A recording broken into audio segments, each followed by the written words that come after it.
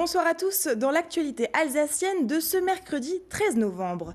À 10 jours des marchés de Noël, que diriez-vous d'un petit avant-goût des fêtes de fin d'année, découverte du Bredele Challenge dans un collège de Geispolsheim. Dans ce journal, nous reviendrons sur le décès du cycliste français Raymond Poulidor, une icône pour l'Alsacien Thomas Voeckler. Il a répondu à nos questions.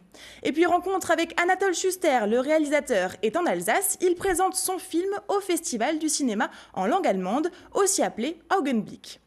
Mais pour commencer, il y a quelques instants se tenait la conférence de presse concernant la sécurité au marché de Noël de Strasbourg. Il ouvrira ses portes vendredi 22 novembre, bientôt un an après les tragiques événements du 11 décembre 2018 qui ont fait 5 victimes. L'objectif aujourd'hui est de rassurer la population. Le dispositif de sécurité sera semblable à celui mis en place après l'attentat. On écoute Jean-Luc Marx, préfet de la région Grand Est, au micro de Fanny Kunz. C'est au travers notamment de la mobilisation des forces de l'ordre dans leur diversité, dans leur pluralisme, en uniforme comme en civil, nationaux comme municipaux ou d'origine privée, c'est leur conjugaison, c'est leur organisation à partir d'une salle de commandement renouvelée que nous pouvons, je crois, aujourd'hui afficher un dispositif d'un niveau jamais atteint. Le périmètre de sécurité que j'établirai à nouveau cette année comme l'année dernière, sur la Grande Île, avec donc des mesures juridiques qui permettent à mes services d'opérer, par exemple, des contrôles d'identité. Ça, c'est une évidence. Ça, c'est des éléments de base sur lesquels il faut s'appuyer pour construire, améliorer, développer, notamment ce que j'évoquais dans les points de contrôle, doubler ces doubles fils qui permettent d'améliorer l'entrée, la sortie des chalands. Police nationale, gendarmerie, sentinelles et agents de sécurité privés seront mobilisés. En tout, plusieurs centaines d'agents devraient être opérationnels 24 heures sur 24, en plus des 400 caméras dans la ville. Cette année, la gratuité des transports en commun pour les forces de l'ordre sera testée, et cela à partir de la semaine prochaine. On écoute Alain Fontanelle, premier adjoint au maire. On va l'expérimenter pour 6 mois à partir du marché de Noël pour tous les policiers et les gendarmes. Ils pourront utiliser les transports en commun, bus, tram, gratuitement, les transports de la CTS. C'est un élément de sécurité supplémentaire.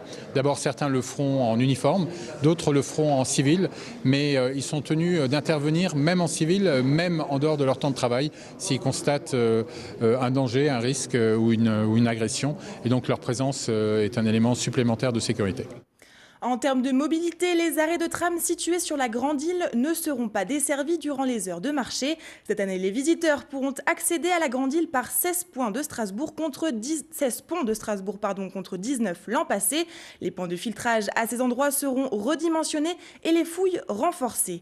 Et pour les automobilistes, seuls 4 ponts seront accessibles. Des obstacles ainsi que des fosses empêcheront le franchissement des autres voies. À noter qu'à partir du jeudi 21 novembre à 22 h, il sera interdit de se stationner sur la Grande Île.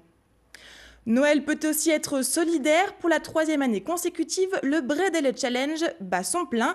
Lancé par la marque d'eau Carola, il vise à confectionner des petits gâteaux de Noël qui seront ensuite vendus pendant les marchés de Noël au profit du Secours populaire français. Cette année, 21 collèges barinois participent à l'événement. Exemple dans les cuisines du collège de Geispolsheim avec Camille Roland.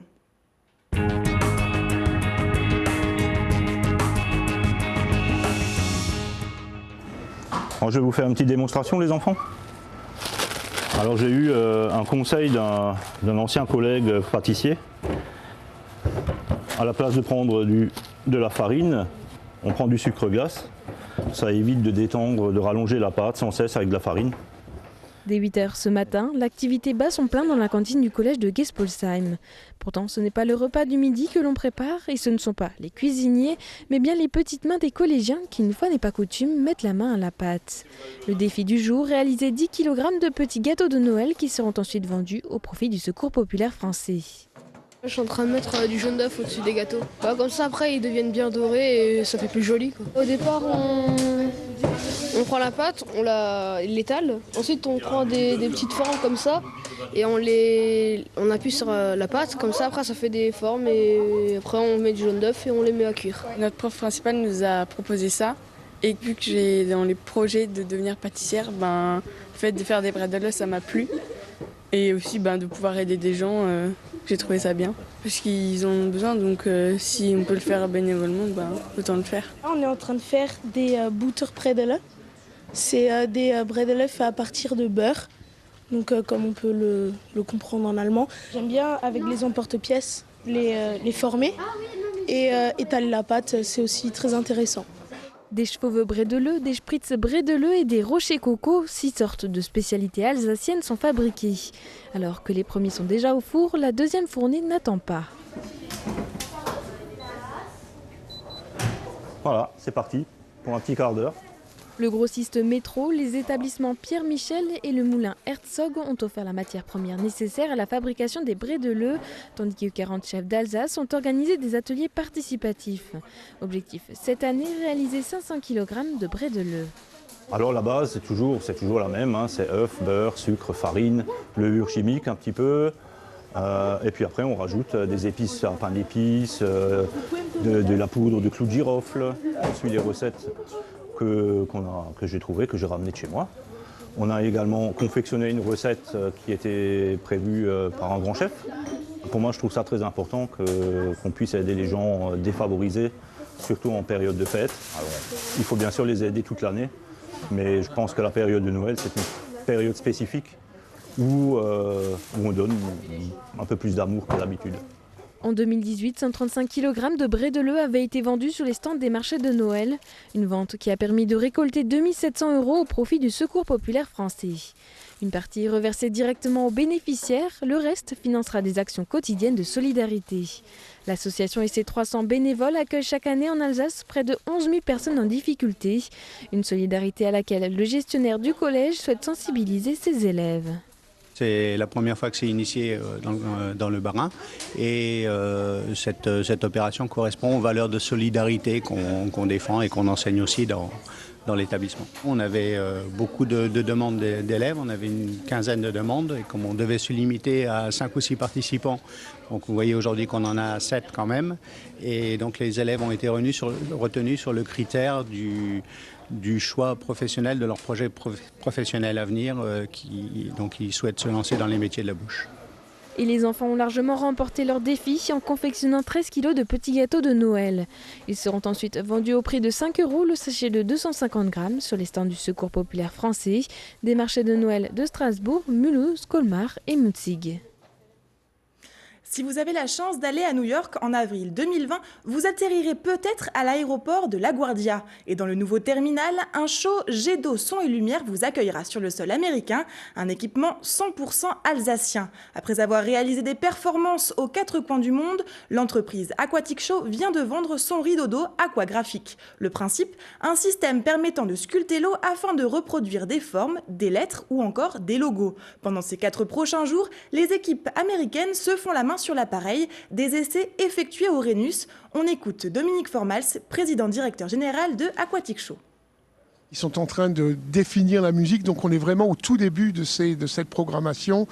Donc voilà, bien sûr, la thématique essentielle, ce sera la ville de New York. C'est 5 minutes de show toutes les heures, c'est-à-dire toutes les heures, on aura un show différent en fonction des jours, le matin, le midi, l'après-midi, le soir, en fonction également des mois, des saisons. Les shows seront très différents et c'est pour ça qu'il est important qu'ils aient une maîtrise parfaite de l'outil pour pouvoir par la suite le programmer à distance parce qu'un aéroport est pratiquement ouvert 24 heures sur 24, surtout aux États-Unis. Et on est toujours fiers, je veux dire, quand on rentre dans un marché aussi pointu que la décoration d'un aéroport où il y a eu une mise en concurrence mondiale et finalement c'est notre aquagraphie qui a été retenue, donc on est toujours très fiers, mais nous on est déjà presque sur le coup d'après. Nous sommes déjà en train de nous battre là de nouveau pour un pavillon pour l'Expo universelle de Dubaï à partir de mai prochain.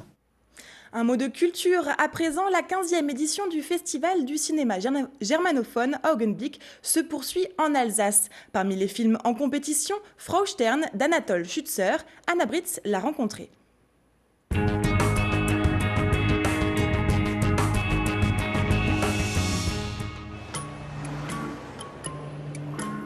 Weißt du, wo ich eine Waffe kriegen kann?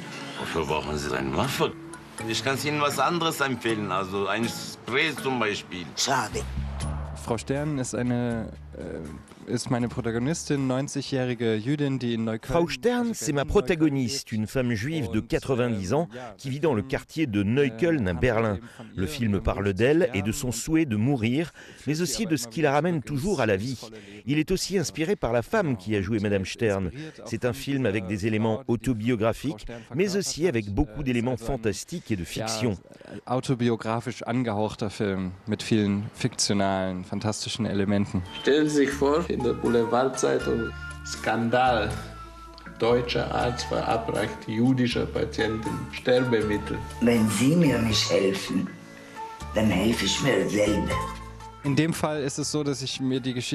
Dans ce cas, je n'ai pas réfléchi ou cherché l'histoire, mais je l'ai rencontrée. C'est la rencontre avec cette femme qui m'a inspiré cette histoire. Sie hat mich dazu inspiriert. Mich faszinieren Mischformen. Also ich mag es. Je suis fasciné par les mélanges. J'aime raconter des films entre tragiques et comiques, car je trouve que cela résume bien la vie. Dass das auch dem Leben entspricht. Also das Lustige steht nah am Traurigen. Humour et mélancolie, ce sont les deux ambiances avec lesquelles j'aime travailler. Zwei großen Stimmungselemente, mit denen ich gerne arbeite. Frau Stern, gibt es etwas, das Sie sich noch wünschen, etwas, das Sie noch erleben möchten? Auf die Liebe. Auf die Liebe. Sie sehen aber heute verführerisch aus. Findest du? Et si cela vous a donné envie, il est encore temps pour vous d'aller à Rixheim où le film sera projeté à 20h30 en présence du réalisateur. Il sera également demain soir à Erstein au cinéma Amitié et rendez-vous jusqu'au 22 novembre dans vos cinémas pour profiter de tous les films à l'affiche du festival. Un mot de sport pour clore ce journal. Nous apprenions ce matin le décès de Raymond Poulidor. Le cycliste s'est éteint à l'âge de 83 ans. Celui qui était appelé l'éternel second ou encore Poupou a une carrière cycliste de 18 ans et son palmarès est l'un des plus riches du cyclisme tricolore avec 189 victoires dont 7 étapes du Tour de France mais jamais de maillot jaune. Aujourd'hui, l'homme a reçu de nombreux hommages. L'Alsacien Thomas Voeckler, ancien coureur professionnel de 2001 à 2017 et aujourd'hui sélectionneur de l'équipe de France de cyclisme, s'en souvient avec émotion. Tout le monde parle de son panache sur le vélo.